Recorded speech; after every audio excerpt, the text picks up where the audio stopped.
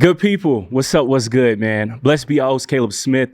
We are back with another edition of Chilling with Caleb, y'all. So much has been going on, man. The first Chilling with Caleb, the second one, y'all been showing it love. You guys love the content, and I promised y'all this year I was going to give you way more interviews and way more content of myself kicking it with y'all, chilling with Caleb, and us just kicking game, talking about current events. And one of the biggest thing, guys, that has really caught my attention over the past few days has been all the rappers that's been performing for Donald Trump's inauguration. And this has sparked much debate on social media of people talking about, oh, is hip hop for sale? Is rap for sale? What's going on with this current paradigm right now? And I find that topic, I find that debate so interesting because I see right now everything is so separate. This is a real dichotomy of what side of the spectrum are you on? Are you on the left? Are you on the right? Are you in the middle? And if you are in the middle, whether that's from the right wing trying to pull you to their side or the left trying to pull you to theirs, it feels like everybody has to make a choice. Seeing how everybody is talking about, oh, what this rapper's doing, what that rapper's doing, makes us question about hip hop's validity right now. How important is hip hop to the culture? How detrimental, rather, is hip hop to the culture right now? And just like most people in most of America, I feel split because I feel like this is a real microcosm of life. When I see Snoop Dogg performing for Trump, of course, you have certain Black people in our community who's very disappointed and very upset. And they also point out the hypocrisy of, hey, Snoop, you were just a few years ago saying F Donald Trump, right? You were just saying, hey, how can y'all do this with Trump? Rick Ross was literally just talking about how Trump was taking off his music off the shelves on Club Shay Shay a few years ago back during COVID.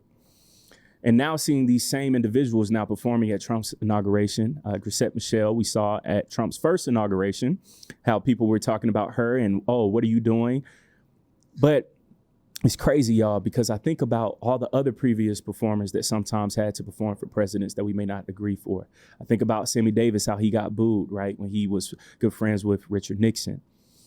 And then I kind of think about guys, well, Joe Biden, he also doesn't have the best track record when it comes to Black relations. And then I started going a little bit deeper of, hey, we still go to that job for that boss that we may not like, or for that company that may not have Black people's interests best at heart, but people still have to pay bills. So that sparks that question of, hey, do we really know these people's financial situations? I know that Snoop is set, but sometimes some people still want to do things for an extra dollar. So, hey, are they for sale? I think that most of America in this capitalistic society, most people are for sale in our own ways, whether that's you having to shrink who you are on the job between 9 to 5 or overnight, or if that's you that's trying to do everything to get that corporate promotion, right? So the same people that's calling out Snoop for being a sellout or Rick Ross for being a sellout, you have a valid point. However, I ask for ourselves, each of us, myself included, to look into that mirror. Every single time that we have to bend and compromise on our morals or about who we are making compromises sometimes. Now, these compromises, seeing them during Trump's inauguration is a really big deal because this political time and this political climate, I feel like, is as tense as it's ever been. And people, even if you are a Trump supporter who's Black, you will have your own community, right, saying, oh, that you shouldn't support him. And I'm saying maybe that these artists do support Trump, or maybe Trump has something down the pipe, pause, for them. And it's a business deal on the back end, whether it's to free some homies that's associated with them, whether that's a business deal that's coming up. Because at the end of the day, he is the president of the United States. And I think one of my biggest pet peeves when people say, hey, that's not my president. Well, technically it is. He is the president of the United States of America, whether we like it or not. And our people, I think America as a whole has to understand that sometimes the person in that Oval Office might not be the person that we wanted to be in that Oval Office. But how do we adapt to the current times? How do we still make sure that our voices are heard? How do we make sure that we still have a seat at the table? And also, how do we make sure that we are creating our own table so we aren't on the menu at that other table, right? And sometimes we got to understand that these artists, they do things for financial gain. Hip hop is indeed for sale, and hip hop has been for sale for a very long time. These artists might have their own personal interests that they're trying to take care of. But if we look even deeper, what if they're playing the spook who sat by the door? I'm not saying that to give them an escape route, but what if Snoop is taking that money to then fund something else? And we can blame him for sacrificing or diminishing his morals and who he is to then fit into this white supremacist culture. But At the end of the day, what if Snoop is saying, hey, I'm about to make this bread to then fund this into the Snoop Youth Football League, or I'm about to take this bread to fund this into this venture, that venture that's then going to ultimately affect and impact in a positive way our communities. So then it's like, hey, can you really be mad at that he's taking their money to then make us flourish? But then I can also understand that argument of, hey, bro, but his morals, like, bro, Trump, they don't really rock with us. And I get that too. These are the same people that say DEI. I get that too. But everybody has moves to make. And I don't think that we should throw away people with a long track record of giving back to our people. Yes, we could say, hey, brother, I'm disappointed in what you did. I don't like you performing for Trump. I don't like you being around that environment. But I think that we have to be very careful about throwing people away in our communities, especially people that have a lot to provide to us. I'm not saying that I'm okay with it. I don't like it. But at the end of the day, I'm like, hey, business is business. If they offer them a bag and they're going to flip that bag towards something else that's positive for the Black community, I can't hate on it. It's the same way that we got players that play in the NFL, sometimes with racist owners that we know who are racist. Jerry Jones, we've seen pictures of Jerry Jones with the Little Rock Nine. But are we the same people to tell people, hey, you can't play for the Cowboys because of Jerry Jones? Are you going to pay Dak $60 million a year? Are we going to pay him $60 million a year? No. So what if Dak is saying, hey, I can't control who I play for? I'm going to make this bread, give it back to the community. I'm going to create programs. Deion Sanders, look at everything that he's done. He made a boatload of money in the NFL, especially with the Dallas Cowboys. So it's a very conflicting issue because all of us compromise who we are every single day in one form or the other. I'm not saying that everybody is selling out and this person's a sellout and you're a sellout because you go to work. But what I am saying is this is these people's professions. And most times, whether it's the festivals, whether it's the concert venues, most artists, the record labels, right, they go to the highest bidder. So we can't be surprised when we see our favorite entertainers going to the highest bidder because this is what they've always done. Yes, some have morals. Yes, some have this boundary of saying, nah, I'm not going to do this because I stand with my people. But these are people that still, at the end of the day, are singing and dancing for money. And I'm not saying that to minimize their talents because these are the most talented people that we have. But what I am saying is this is their job, the same way that is your job when you go out every single day, when you punch that clock and they have to pay bills. This is how they pay their bills. Even if they have all the sponsorships in the world, this is how they pay their bills. Cam Newton recently on the show, it's this like special agent type show on Fox. And if you guys haven't seen this viral clip of Cam hopping on the helicopter and he's saying, let's go, right? But also on that same show, Cam was talking about how those paychecks ain't coming in the same how it was for the NFL. It's estimated that Cam accumulated roughly $135 million from the league, right? He was one of the highest paid quarterbacks during his time. But he was saying, hey, I have 8 kids and these bills still have to get paid and it's not getting paid the same like how I used to at the same level. So seeing that and prepping for the show, I thought about Rick Ross. What people don't understand, especially for people, if you live in Atlanta, you know, we still call it Evander's house, right? If you really like grew up here. But I don't think people truly understand how massive of a property that is that Rick Ross lives on, right? Evander himself couldn't even keep up with the upkeep of the property. So I think about a Rose, like he got bread to make. We saw him in Toronto where he was performing at I don't want to say a low level festival, but it wasn't a crazy festival. And I remember everybody was saying, yo, why was Rose over there even performing? But it's like, we got to think about, he got to get his bread. During the pandemic, we saw so many artists, entertainers who people thought had it, who were struggling. Once we detach high expectations of consciousness for these artists, we'll stop being disappointed. Huge Drake fan. I love Drake, but that love for Drake diminished quickly between his beef with Kendrick because with Kendrick, I felt like the same people who were from Compton, like DeMar DeRozan, like, yo, I got to pair up with Kendrick on this because he's speaking about our people. Foundational Black Americans, more specifically here in America, he's speaking about our struggles. And I've always loved Kendrick as well. Damn is one of my favorite albums of all time, easy.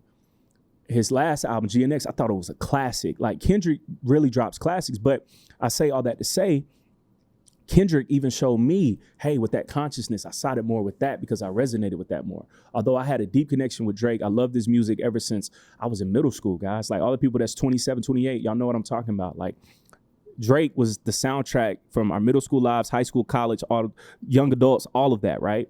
Drake owned Instagram captions basically, but I knew to separate my disappointment and my expectations from Drake once Drake said that line that Kendrick's rapping like he's trying to free the slaves. And I'm like, hearing that made me think, because that's the whole point, is to free our people. But then that showed me, like what Kendrick said, they not like us. Oh man, damn, Drake.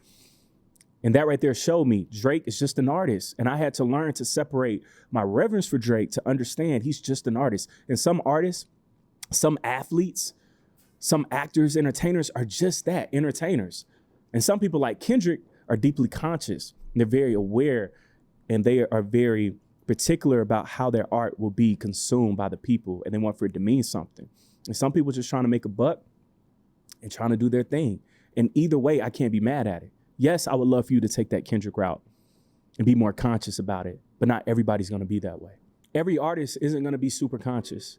Every artist isn't going to be, oh, I'm for the people. And we have to be okay with that. What social media has done, it has made us want to believe in people and create our own messiah. That's why people get so sad when they find out that their favorite athlete did something or that their favorite rapper did something. It's like, no, but we aren't living with these people every day. We don't know what these people got going on. We don't know their situations. We don't know what they need. And what we have to understand is that most entertainers are up for sale. And there's no disrespect to them, but that's their field. It's to go to the highest bidder. The same way that when you're applying on Indeed or when you're graduating from college, you want to go to the job that pays you the most. Even if that CEO might be a white supremacist. Let's say Tesla offers you $300,000 a year in the state of Florida where there's no state income tax, and you're fresh out of college. You're going to take that job. Or let's say that you're in a bad financial situation and Tesla said, we're going to pay you $350,000 for what you're good at doing. And be like, dang, I got to think about that. People are up for sale, especially when people need it. And we don't know, again, what these people's financial situations are. We don't know if, let's say, Snoop or Rose or Soulja might have a tax issue and they know that it's about to come down, or they might be connected to what these Puff allegate. We don't know what's going on behind closed doors. And there's strings that have to get pulled. And anytime that we're rubbing shoulders in those Hollywood circles and you're around crazy stuff, you don't know what these people are in bed with, figuratively and literally, and what they got to get out of. They might need some pardons. Might have some homies that have to get pardoned. But I say all that to say we got to separate our expectations with these people and stop looking for a messiah. We have to be our own role models. We have to be our own entertainers, if you will, of who we look up to. Look up to yourself. Become that person that you want to look up to, not entertainers. You'll be disappointed every single time. Every single time. And yes, people evolve, people learn, people grow, but we got to grow too, and we have to separate our expectations from what we want these people to be. We got to be what we want to be. And I think that that's what we're seeing and what we saw throughout 2024, what we're seeing throughout 2025 already, that we have to be what we expect from everybody else. We have to be that. We got to stop expecting for somebody else to save us. We see that in the media industry right now of Elliott Wilson. He had to learn, I got to save myself. I got to stop expecting for my show to get picked up by this person or by this conglomerate. I got to save the show. Kai Cenat, we see Kai, I'm just setting up, streaming, doing my thing. I got to put myself on. So during this era, we got to put our own selves on. We have to believe in ourselves, because every single time that we expect high standards from entertainers, rap, whoever, you will be disappointed every single time. Just accept them for what they are at face value.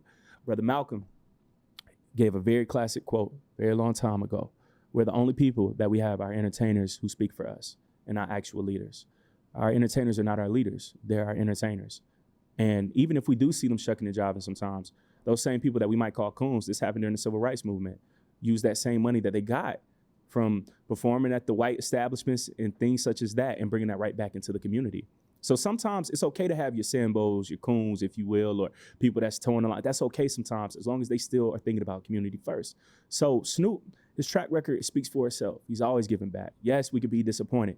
Rose, hey, yes, we could be disappointed, but it's our job to then be boots to the ground as the people, part of the grassroots, to talk to them like, hey, bro, yeah, y'all did some coonish, but bring that bread over here. So then we can actually flip this towards our organizations, towards our youth programs, and towards actual tangibles. So hold these celebrities accountable, yes, but don't have super high expectations. And I think all of us have to get on code with these entertainers about, hey, how are we going to actually use what you get, all the dollars and things like that, to actually benefit our people. So we're going to close that segment out on that. Be the change that you want to see. And it's just that simple. On to the next segment, y'all. Let's go. Make sure to like, comment, and subscribe.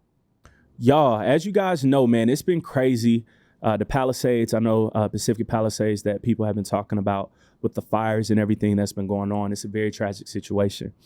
Seeing everything that's going on in California, it's like, man, Cali just be going through it, y'all. And it's kind of scary because all the people that live in Cali, I'd be like, dang, is it even worth living in California? Because of seeing all the earthquakes, the fires, you see everything with the insurance companies, real estate, all of that stuff. Wendell Pierce said something that was very profound. Wendell Pierce, if you guys aren't familiar, he was on The Wire, Black actor from New Orleans. Jack Ryan, that's one of my favorite shows. So two of my favorite shows, basically, Jack Ryan in The Wire. Wendell Pierce is a part of those shows. And Wendell was in New Orleans during Hurricane Katrina. And during that hurricane, or post-hurricane, Wendell was always active during the hurricane as well. And he was a community activist. He was using his platform to actually give back to the people and bring awareness to the injustices, disparities that was going on. So Wendell, I'm gonna actually pull up his tweet where he brought up and talked about New Orleans and how he hopes the same thing, it doesn't happen. While I pull that up, I want for people to truly understand this. Like, when we see natural disasters, we have to be more effective. And I know that you guys are saying, hey, Kayla, what you mean about being more effective? What I mean by that is, we have to think about our people first, right? So when we have these natural disasters, think about, okay, how are Black people being affected? And I'm not saying that in a way of discarding everybody that's tragically injured, no, but typically, as we saw with Katrina, which is what Wendell Pierce was talking about in his tweets, the Black community sometimes gets the worst of it. Dr. Umoja, man, I had him at Georgia State University's African American Studies director of the program there, and he said, when America sneezes, Black America catches a cold. We always get the harshest effect of natural disasters. Wendell Pierce actually highlighted on Twitter that he hopes the same thing that happened during Katrina doesn't happen in Cali, of the insurance companies don't want to pay out the poor Black communities, but they pay out the richer white communities, right? Where they get their full insurance policies, all of that. Wendell highlighted that his people in New Orleans only got a couple $100 from their insurance. Couple $100. New Orleans, Katrina destroyed the Black community. Even worse, whether we're talking about the levees, all of that. Shout out to my man, Kobe Lane. Grew up with Kobe. Around 2005, we were in the 3rd, 4th grade, and Kobe and his cousins grew up with us because they moved from New Orleans. And they would tell us those stories about how the city wasn't able to recover properly. The blacker parts, the Black Reward. Shout out to my cousin JR from New Orleans, man. We had our family reunion in New Orleans last year. And I think that seeing that made me think about the Pacific Palisades, and then seeing what Wendell Pierce was saying. These natural disasters affect us the most because they want to get rid of us. That's what nobody wants to talk about. And that's what kind of makes me look at these natural disasters sometimes with a side eye, because Katrina, that could have been prevented. Pacific Palisades, we're seeing as more information comes out that could have been prevented. What makes it dicey is, yes, we see the families and the affluent homes and the hills getting damaged, but nobody's talking about the Black communities that's getting damaged as well. We have real life heroes. Shout out to our people that's making a change. As usual, that's always the first responders making it happen. Chief Royal Ramey, I want to shout out that brother. His program, I want you guys to look him up, donate to this brother. He was on Nightcap 2 nights ago, or I think last night. I love Nightcap. It's one of my favorite shows. But Chief Royal Ramey was on the show basically talking about how he has created a program for felons, former incarcerated ex-convicts to get involved in firefighting. And I thought that that was a genius thing, because everybody's talking about how there are current convicts right now and individuals who are incarcerated that are only getting paid cents on the dollar to fight these fires. And what nobody wants to talk about is who's typically the most incarcerated. We already know about the school to prison pipeline. It's us. It's Black people. So then these same Black people are being used to be on the front line to fight these fires for basically free, right? But Chief Royal Ramey has created a program for ex-convicts to come out, get acclimated back to normal society, and have a job, and a great job such as firefighting. His program recently received $25,000 from Shannon Sharp and Nightcap. And shout out to Shannon for giving this brother a platform. I became aware of this brother through Nightcap, so shout out to y'all for that. Big shout out. And seeing that, I said, man, our people are special, y'all. We always are trying to think of solutions to circumvent the system of white supremacy.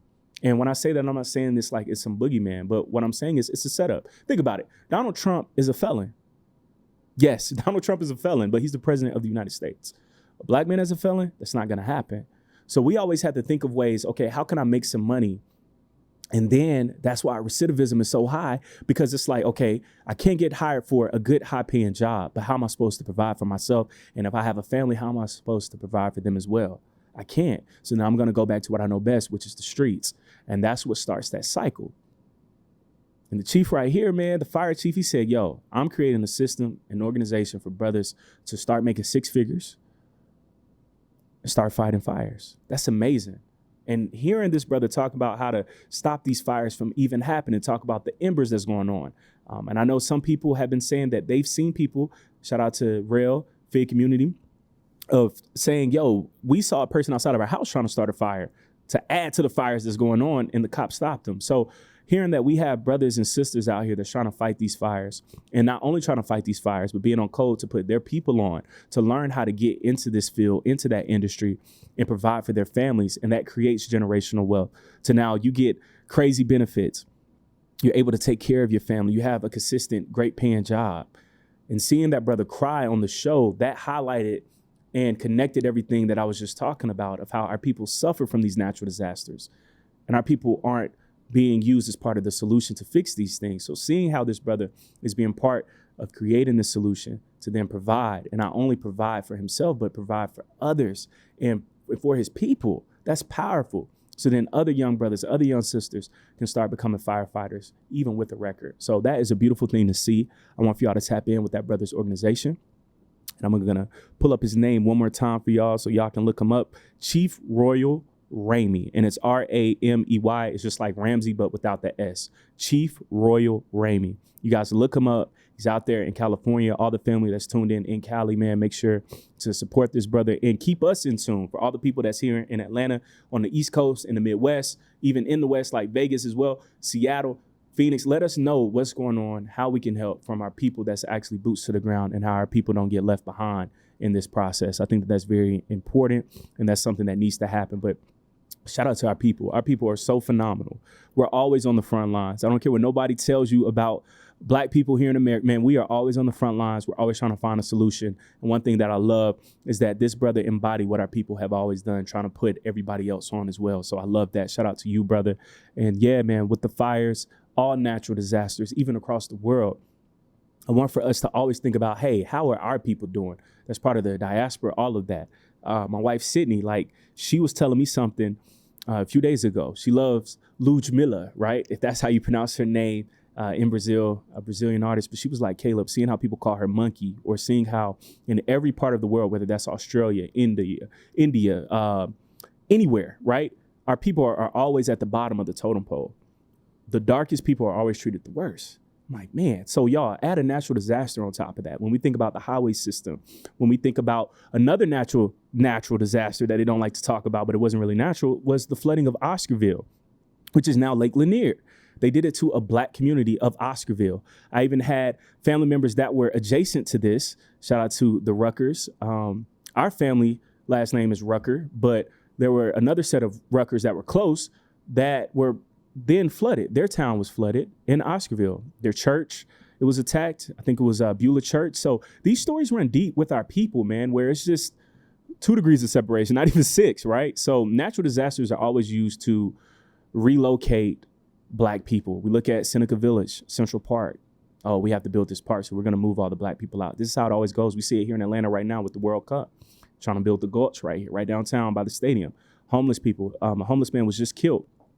He was ran over by a dump truck here close to Auburn Avenue downtown, because they're trying to clean this up for the 2026 World Cup, the same way that the 1996, it will be 30 years apart to the date, the same way that the 1996 Olympics. I remember when the Super Bowl was here in 2019, I went to Georgia State. Super Bowl was right up the street from us, right off of Cortlandt Street, right past Cortlandt Street. When the Super Bowl was happening, as everybody knows, all my people from Atlanta, especially all my Georgia State Panthers, y'all know, Woodruff Park used to be dominated by the homeless population or unhoused population. These people were then put into vans. I saw this with my own eyes. The week of the Super Bowl, you didn't see any unhoused people around. None of that. Instead, they were shipped off somewhere nobody knows where to, which is crazy. What about their human rights? And they cleaned up the city to make it more appealing. So our people are always going to be displaced. especially when it comes to natural disasters. So always look further into that and check how we can further support our people. But we're about to hop into the next segment. Thank y'all for tuning in. Let's get to it. All right, y'all. Everybody's talking about this unfortunate day. We're going to drop this episode on Sunday. So this will be in full effect very soon of the TikTok shutdown, right? Everybody's talking about TikTok being shut down. The CEO of TikTok has been trying to rub shoulders with President Trump to try to get this thing back reinstated to where it doesn't have to get shut down. I think that people have to follow the money. I have my own personal theory about this, which is what I'm going to share with you guys, that I firmly believe that TikTok was too much of a threat to Google. TikTok has turned into a search engine. So if you want to learn how to cook with recipes, my mom uses TikTok for recipes. My wife, Sid, they use it to search things. If you want to look up a vacation destination, where to go, where to travel, eateries in your own city. Then you got TikTok Shop, which is then rivaling Amazon. So TikTok has turned into this beast, right? And yes, you could say that it's owned by China, but bro, 90% of the products that we get says from China, even since we were kids. And China has real estate in America. That's what nobody talks about. So we can't now say that it's about this whole China thing. And I find it so ironic because when Donald Trump was talking about China, I don't agree with everything that Trump says, but when he was talking about China, he's xenophobic. But this whole TikTok ban is happening under Joe Biden's presidency. And that's what everybody's very hush-hush about. And even Joe Biden tried to relay it to Trump and say, hey, this is going to be Trump's issue. It's up to Trump. And I'm like, whoa, okay. And what gets even crazier is, even dicier, right, is that let's say that Trump reinstates TikTok. Somebody said if TikTok gets banned, that's 7 million jobs that will be laid off. And I didn't think about it that way of, hey, what about all the TikTok creators that make their money on this? What about the Keith Lees? What about the Mr. Chom Toms? What about all the moms that have their popular TikTok accounts, the fashion gurus, the lifestyle specialists, all these things? I'm like, man, this is a whole creator community that's going to be shut down. It's like YouTube shutting down, or it's like Instagram shutting down. You're talking about how people have built their platforms, all of those things. I'm like, okay, that's crazy, right? And I remember somebody told me, hey, Caleb, what if they're trying to do this to really create desperation in America, right? So that's another theory of, man, what if, okay, we shut down the whole creator community on top of that. So people are quitting jobs to become content creators. People are quitting jobs to become popular on TikTok. Now you left your job. I take that platform away from you. Those jobs aren't really hiring. And if they are hiring, they aren't paying as much. So now this is going to create a desperation of, as we see before us, the whole middle class concept is gone. Our generation comes to buying a home, getting a brand new car, even a luxury. Let's take it even further. Not only a brand new car, but trying to get a luxury car. It becomes way more difficult in today's time. We talk about inflation, jobs not paying, a livable wage. Dr. King has a popular quote as well. And I saw this clip, which was crazy in preparation for the show tonight, where he was talking about it is a national and a global disgrace that America is the richest country in the world and its people aren't even getting paid a livable wage. We saw this earlier talking about the firefighters as well, who are incarcerated and fighting, and they don't want to pay them, and they're paying them cents on the dollar. This is what's happening to other people in the free world, where it's the same exact thing. We want to pay you as low as possible. So now you're taking away a whole economy of TikTokers, right? And you're pulling the rug from underneath their feet. And you have so many people that stressed out about it. I was kind of apprehensive towards TikTok. And my wife said, she was like, yo, Caleb, man, I'm telling you, TikTok's where it's at. And last year, I really started getting more on TikTok. And I realized, yo, this app is fire, man. I loved it. And people really have to understand how multifaceted, multidimensional TikTok is. Like what I stated earlier, you have TikTok Shop. Then you can use it as a search engine. Its algorithm was a true algorithm, unlike Instagram, where Instagram wants you to pay for ads to get placed in front, and they turn their algorithm into an entire business model. And then Instagram is now connected to Facebook. Then that's connected to Google and all these other things. And the rabbit hole gets deeper. Unlike TikTok, it's just, yo, here's what it is. We want to have an open market where people just get it in and get to it. And this is now dismantled so many things for their competitors. TikTok was owning it, especially during the pandemic. That's when TikTok really hit its stride. And now I can tell that this is a business play to shut them down, where they get to the senators and tell them, I need y'all to pass this. And it's so asinine that we have older people that's making these decisions. They don't even understand what TikTok is. And it's crazy because these are the same people that's in office and things like that try to utilize TikTok, especially during 2024 for their campaigns, who tried to pay out the TikTokers, whether you saw that on the right wing or on the left, and even independent. They were paying TikTokers. They were paying influencers. And now it's like, okay, we didn't get what we wanted, or we used you up. We're good. Pat you on the back. Thank you for your services. Cutting that out. So it's going to be very interesting. And what people aren't talking about is if Trump pulls this off, let's say Trump says no more ban on TikTok. I got y'all. I'm bringing it back. Those same influencers who are anti-Trump, are you going to be pro-Trump now? Like we talked about, is everybody for sale? So if Trump then reinstates TikTok, the ban is lifted, Trump saved their livelihood. Trump saved their jobs. And now you already know Trump is going to talk his talk. He's going to be like, yo, I saved y'all, 7 million y'all. I saved the creator economy. Woo-woo-woo. What can you say? Which I think would be a brilliant move if Trump pulled that off. Just speaking from the stands, just from watching it. If Trump's team pulls him to the side and says, yo, if you reinstate TikTok, if you lift that ban, you'll be looked at as a hero. Even by the people who don't support you, they still got to give you your props. And then he could use that during the campaigns. And I know that he can run for president again. However, the right wing, they can say, hey, we saved TikTok. You're still using it, right? So this is going to be a very dicey time. It's very interesting. We see how the fact checkers and the fact checking is going to get lifted. And I think that worked in two ways, because nobody talked about how that affected Black platforms of, hey, if you're saying even some of the things like Jesus is Black, and even if you have the facts, you have everything to support it, we say it's not true. So that's where fact checking, it can sometimes get a little dicey too. But is everybody up for sale? If Trump saves TikTok, do the famous TikTokers now owe Trump because he saved your job? So that gets very interesting to see. But yeah, this is now going to be on Trump's court, where what you going to do? Are you going to save it, or do you want to ban it? But I don't think Trump is going to ban TikTok. I think that TikTok is a great resource for any political party. I think that TikTok's algorithm, I think that TikTok's veracity, how people love TikTok and people are on it, is too important just to let something like that go. And I think that the reason why they're trying to shut it down is because here in America, they can't control it.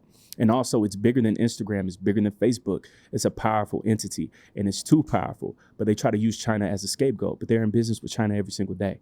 So this is going to be very interesting to see. We're going to see how this unfolds. But man, boy, has 2025 been off to one hell of a start. And we're going to see what Trump has up his sleeve when it comes to TikTok. Trump has been dominating the news, of course, like we talked about earlier with all the hip hop stars. But now Trump and social media. You saw it with X, right? Formerly known as Twitter. Elon Musk donated to the campaign, rubbed shoulders. Now X is being used where you got Twitter Spaces, where platforms, even Black people are connecting on Twitter Space. I love Twitter Space. So social media, we're seeing Mark Zuckerberg get close to Trump. We're seeing the play right now. Social media is trying to get close with Trump because Trump is viewed as the face of free speech, whether you like it or not. I'm not saying that I agree with that, but he's being viewed as the face, as the vanguard of free speech. So TikTok, their CEO is like, yo, hey, F with me on this as well. And I got you, because you already know Trump is behind closed doors right now having talks with the CEO of TikTok, and they're going to figure out something. And I think that Trump is going to figure out a way to where he can be more poignant on that app, and he can utilize that as well, where he might become the king of TikTok. So only time will tell, man. This is going to be very interesting to see how this thing unfolds. But again, y'all, these are very interesting times. 2025 has been very, very crazy just to start off. But man, stay tuned. Make sure to like, comment, and subscribe. On to the next segment. Peace. DJ Academics, the king of nasty work, man. Seeing Act on his live stream try to out Bron about cheating on Savannah, and that Drake was saying that they were two-man and all the girls in Toronto. I was like, dang, so Toronto was really LeBronto. How everybody used to say that, how he used to dominate the Raptors in the playoffs, in the postseason. But just as a married man now, even if Bron, let's say, stepped out on his wife, which is what I don't condone, that's none of our business. If they handled that in-house, they handled that in-house. But for Act to get on there, and if that's not verified Act, if you weren't physically there, I can't speak on it. And I think that's what Elliot was trying to scream from the mountaintops. And I see it now about real journalism, because now that we have these people that have these platforms that aren't traditional journalists, where you had to check your sources, you have people just saying stuff just to go viral. And it's like, man, you can destroy an entire household. Like, y'all, just think about that for a brief second. You can destroy somebody's household off of false information. And that's what makes these times so crazy, because Act has a massive platform, and to get on there, insinuate that Bron has been cheating on Savannah and that he's been doing this with Drake. Again, that's why my respect, we talked about it, y'all, expectations for these artists goes away, because these artists don't have the same moral code as you, especially if they don't get their way. Drake has been on top for so long that he can't handle taking an L, a crazy L. He can't handle adversity right now. So he's literally crashing out in front of our eyes. If I'm not trying to sue Kendrick, I'm going after Bron. Why, bro? I think what's best for Drake right now is just to sit down, take a breather, and call it a day. But instead, it's getting worse and worse. And his character, his true character, is really showing right now. And it's kind of making everybody side eye, like, oh, that's why everybody in the industry stopped fooling with you. Off the character. And seeing Act, I'm like, Act, Drake is using you as a puppet, as a conduit to get his message out there. As we know, Drake doesn't like to do media. So he's using Act as that person to do that. Back to the point, is everybody up for sale? Is everybody up for sale? Is Drake paying Act a certain amount? Is Act knowing, okay, if I talk about Drake and LeBron, the view is going to be crazy. I'm going to get all the attention that I want. This is what makes this thing so dicey, y'all. So just understand, like, this isn't worth it, bro. Even for Act. LeBron's entity of what he's creating as well, his media side, all of that, Act, bro, you have now blackballed yourself. And I'm not saying this to kiss ass or to be around those circles, but I'm saying, is it really worth burning that bridge over a person you don't have a personal beef with, you have no quarrels with? So is it really worth that? You got to be very careful about those things. And I think that that's why people critique Act and say, hey, bro, you can say that stuff because you're always in the basement. And it's like, are you always in that closed environment? We've seen people trying to pull up on Act, rob him, all that stuff. But it's like, you have created that danger surrounding you off of the words that you say. And I think that that's what young journalists and young streamers and content creators must tell themselves. Hey, once you say certain things about certain people, you have to be careful and understand what's going to come with that. These are very dangerous things. Drake, you can get sued over this. Act, he can get sued over this. Defamation and so many other things. But I think to actively try to destroy somebody's marriage and beautiful marriage, Bron just turned 40. They got 3 children together, might want to have more. Like, certain lines, man, you just can't cross as a man. And there's certain codes that you have to have as a man. If you have a beef with somebody, or if you have a beef with a former close friend, especially if we were close friends, we're going to handle that behind closed doors. We're not going to do that in public in front of people. As you see, Bron, he's not even acknowledging it. My fellow Capricorn, it's not worth it, man. Bron's winning right now. So even if you are hating, and what's so funny is, let's say that this is true, what'll be the funniest thing of all is if Bron and Savannah already addressed this years ago. And Drake, you thinking that you tearing something down, and now they're just laughing at you even more. But that shows me that you weren't really friends with me anyways, too. If Drake trying to say, Bron, you wasn't really rocking with me like that because you was at Kendra's thing, well, Drake, I could spin that back on you. For you not to just walk away and say, hey, it's okay if we're not cool, but we don't have to like each other, but I still respect you. Even if we aren't friends, I still respect you enough that I won't try to go out of my way to destroy what you have. But instead, I took this L, so now I'm taking it out on you, and I want to destroy it. That's something that I can't get with. And now Elliott Wilson, I see what he's saying, because this is what has made journalism such a nasty space right now, because everybody's out for the dollar. Everybody's going to go out to the highest bidder. We saw it during the campaigns, people taking money for the interviews. But yeah, man, everybody's going out to the highest bidder right now. And I think, too, for everybody that's critiquing the Snoops of the world, that critiqued Rose, Soulja Boy, we got to have that same energy when we find out that our political pundits took money from certain campaigns. So is that real journalism? So all of this during this time of 2024 and now 2025 has exposed what people will do for the almighty dollar. And a lot of people will compromise their morals, their integrity to get ahead in life and to get to where they dreamt of being. And that is the cost of fame. And I think that's why we see so many famous people, once they do make it in life, they're so depressed, they're on drugs, because you start to think, what did they do for that fame? You think about Diddy and Puff and everything that Cassie had to go through. And so you start learning and seeing what's going on behind these closed doors about that casting couch and all these other things. So I think even for Act, a few years later from now, he might start thinking like, yo, I was tripping. The same way that Charlemagne has evolved. We've seen Charlemagne change. Yo, I've been tripping. So I just want for Act to understand, bro, some stories ain't really worth it. Some hills aren't worth dying on. And to go out of our way to try to damage somebody's marriage is never worth those things. So just understand that and know that. But I'm proud of all the people in the social commentary that I have been seeing supporting Bron. And I'm not saying to support Bron to nut ride, anything like that. But nah, bro, you're not going to try to destroy a positive black man in his family's image. Never. Sometimes I think Drake shows that white side because sometimes he acts like that kid that takes that L at the park and tries to take the basketball home with him. You got to learn, even in defeat sometimes. Okay, what can I do better? And how you handle defeat. And if you don't handle it well, that's what makes people not respect you even more. So, man, Drake, boy, I'm telling you, y'all, expectations on these artists has to be lowered. But our next segment is going to be our last segment before we wrap. Thank y'all for tuning in. Make sure to like, comment, and subscribe. And don't try to tear down what somebody has built off of you taking an L. It's never a good look. Stay tapped in. Peace. In closing, I want to shout out the great Dawn Staley on her record contract extension. Shout out to her. Dawn Staley is a living legend. Philly's finest. Shout out to her, man. Keep doing what you're doing, black woman. National champion again last year. LiAngelo Ball as well, signed a $13 million record deal. Swerving around that corner. Whoa, whoa. Hey, that got everybody going crazy, huh? Shout out to my man LiAngelo, bro. He's killing it as well. Man, the Balls, they are amazing. The Ball family, pause. That was crazy. The Ball family, they are amazing. They've been killing it. LeVar, shout out to you, man. You are a living legend.